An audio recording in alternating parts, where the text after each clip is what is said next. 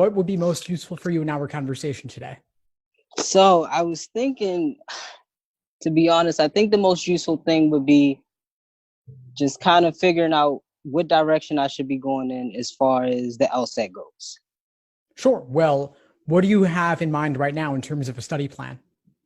So right now I've been studying for almost a year or so. I had started last year, then I stopped for personal reasons, and then I started back up around January.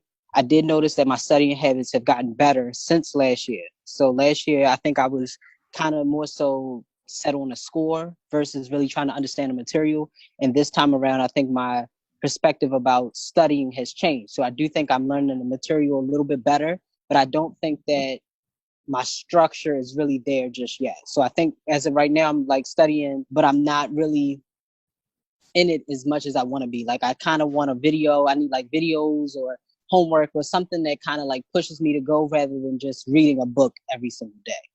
Right. I hear what you're saying. Sometimes a video can be more engaging than reading a book. I remember when I was Right. studying back in the day, I had to like reward myself by watching a TV show episode after every single chapter just to keep me moving through it. So I Right. would say you need a plan of attack so that step by step, day by day, you know exactly what to do every single day over the course of your prep. And so I've put together study plans that do exactly that. They'll tell you, read this chapter, watch these videos, then complete these specific LSAT practice problems out of the exams. Okay. And I have them for all different timelines. And so that might be one direction you could take. Okay. And then I felt like as far as I am kind of worried in a sense with, everything with the pandemic and stuff going on, that my plan is not to take the LSAT until August. That was my plan initially anyway, wasn't to take the LSAT until August. But they are doing the LSAT flex in May. And so I'm kind of wondering if they'll make it, if this will last until August, and then possibly they'll make it in August. In a sense, I kind of wouldn't mind taking the LSAT in the format of the flex in August, honestly, just for stamina reasons, just because I feel like it'll kind of, I guess it's a perspective thing. For me, I feel like if it's 3 sections, it'll give me a chance to kind of just focus on 3 sections, get the 3 sections as best as I can and get it over with versus 5 sections. Like that's a lot to me. Yeah, I agree. Excuse me. I agree. It's definitely a more pleasant test day experience to do 3 sections, not 5. So Right. from an endurance perspective, you're done faster. Right. Alternatively, each question is worth more. So you really got to make sure that you're giving it your all and that you don't need to warm up first. So maybe do some warm ups before you actually start the exam. Be one way to Right. handle it. Right. So that's the only thing I think I am a little bit more concerned about. I don't plan on applying until next year. But overall, I think I am a little nervous as to how the whole process will work.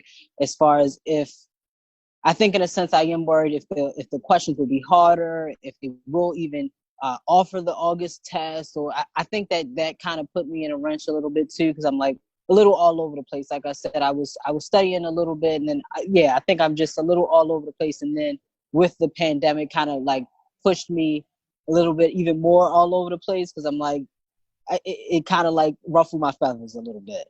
I hear you. I think everybody's kind of all over the place right now, and there is a lot of unknown, a lot of uncertainty around the July LSAT, the August LSAT. Yeah, they might be online. We don't really know. So I'd say Right. for now, at least, be ready for anything. But the good news is that you don't need to worry too much about the full length timed exams till you get closer anyway. So hopefully you'll know more in the month or two prior to your test date. But for now, just focus on the content, focus on the accuracy with individual questions by type and individual timed sections. And then as it gets closer, you could play with doing some 3-section exams, some 5-section exams until you know which one you're going to take. Would you recommend as far as taking a full length test? Because I haven't taken a full length test since I started back up in January. The last time I've taken a full length test was last year, and like I said, I haven't taken a full length test since last year. So I I do understand the material a little bit better this time around. I still don't understand it 100%, but I definitely understand it better. But I don't know if I'm quite ready to take a full length test. I feel like if I take one, I might understand the material better, but I won't understand it quite enough where I'll see that much of an improvement. I might see some improvement, but maybe not that much. I mean, you're not learning from doing the exams as much as you're learning from the review process afterwards. Okay. You could obviously full-length exams are good for working on your pacing and working on your endurance, and they might help you play with different strategies around improving pacing and improving endurance. But when it comes to understanding the questions that it's themselves, it's moving too fast with a 35-minute section to let you really get into the weeds on them and to really analyze them in depth. That's where your review process comes in afterwards, and that's where maybe doing some drills and questions by type prior can really help you. So the purpose of a full length test is really more so like the endurance aspect and to see the reflection of how much progress you've made after you've been practicing. Exactly. They help you measure yourself, but that's only of somewhat limited usefulness. They can also help you with your pacing strategies as you try out different things. But when it comes to the accuracy and the understanding the questions themselves, it's moving too fast. You really got to work on your review process afterwards. And then if you notice weak areas, review the fundamentals on those particular areas. First. Okay. So more so review first and then go forward with actually taking the test. Well, it's a lot of back and forth. So you do an exam, you know weak areas, you review those specific problems, you know types of questions to work on afterwards, drilling by type, for example.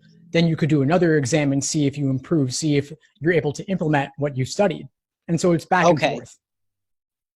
Okay. It's back and forth after you've already built a strong foundation. So if you don't already feel like you have a strong foundation, focus on that for now.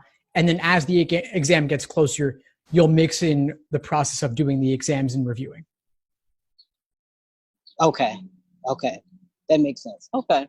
I think that's where I was confused at, because I think that I was so adamant about taking a full-length test because I believe that if I took a full-length test, it would actually show me where I wanted to be. And I was like, oh, if I take the test, and it'll kind of give me an idea of how far I was, how close I wanted to be.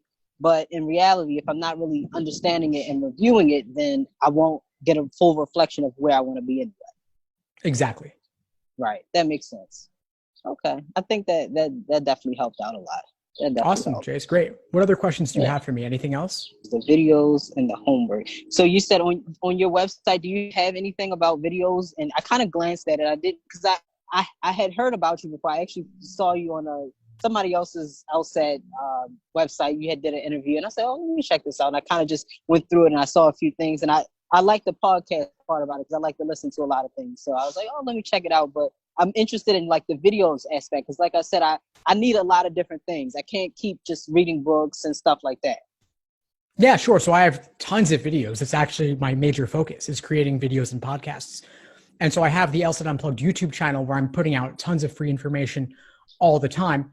But if you want my premium material and you want everything organized cleanly, I have courses. And they include on-demand video lessons as well as live online classes and Q&As and group coaching as well. And so I can send you a link for more on that if you want to check that out.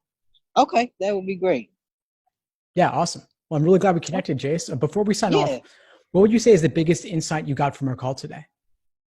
I think the biggest insight was honestly just that perspective about not rushing to take a full-length test. I think that a lot of people have this mindset that if you take a full-length test that is really going to show an impact of how far you've gotten and everything, and it does, but it doesn't necessarily show it unless you've actually put in the work and put in the work and put in the time of understanding the material and actually practicing and reviewing what you may have gotten right and what you may have gotten wrong in order to make some type of progress. Awesome. I'm glad I was able to help. We'll keep in touch. Let me know if you need anything as you move forward. I will do. Thanks so much. I appreciate it. My pleasure, Jace. Have a good one. You as well. Bye-bye. Bye. Thanks for tuning into the show. Please subscribe if you haven't done so already to be notified of new episodes as I release them. And feel free to reach out if you need anything at all as you move forward with your prep. I'm happy to help however I can. In the meantime, I wish you all the best and take care.